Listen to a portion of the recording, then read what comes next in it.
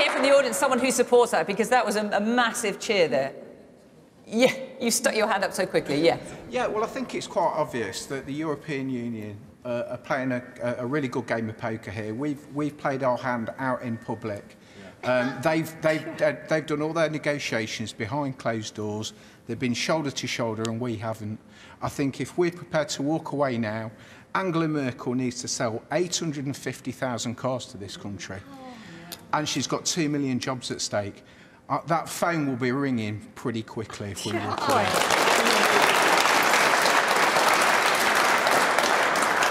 Anand, a deal that can command a majority. Can you see anything there? Not now, no, but I think next week you'll see parliamentarians voting on lots of different options, and as those options prove to be unpopular, they'll fall off the table, and I think then the thing will shift. But can I just come back to No Deal? I think it's very, very important to be clear about No Deal. No Deal isn't like buying something. It isn't like going to the shop, and if you don't find anything you like, you walk home again. You don't end up back where you started. No Deal with the European Union means all the laws that govern our interaction with the European Union, whether you can fly, whether you can trade, whether you can shop, whether you can travel, cease to exist, right? Now, I don't know what people voted for when they voted Leave. 17 million people voted Leave. They voted for lots of different reasons, and they were told by the Leave campaign that a deal would be easy, so I don't believe all of them voted for No Deal. But if you think No Deal is fine, that's great, but be aware of what it means. It means severe disruption. And from the EU's point of view, what they know is you're absolutely right.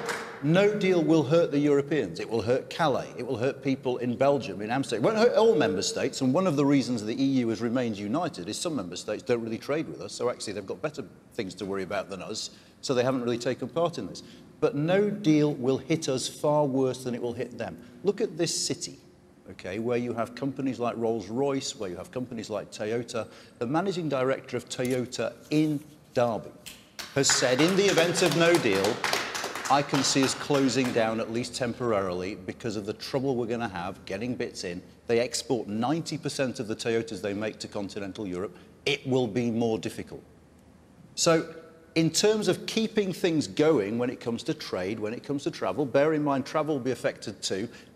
At the moment, if we leave with No Deal, you'll have to apply for a green pass to be able to drive in continental Europe, because those rules will have gone as well. People crossing the border from Northern Ireland into the south for work, for health, they will need a green card, and they need to apply early. I don't think that's true in Ireland, because you've got something called the Common Travel Area in Ireland, which means that people can move. But that Common Travel Area doesn't cover insurance. No, but it will affect all sorts of things eventually, like trade, particularly agricultural trade, which is massive in Ireland. So, if you want No Deal, that's fine, but be honest about it. It implies a trade-off and implies massive disruption. No.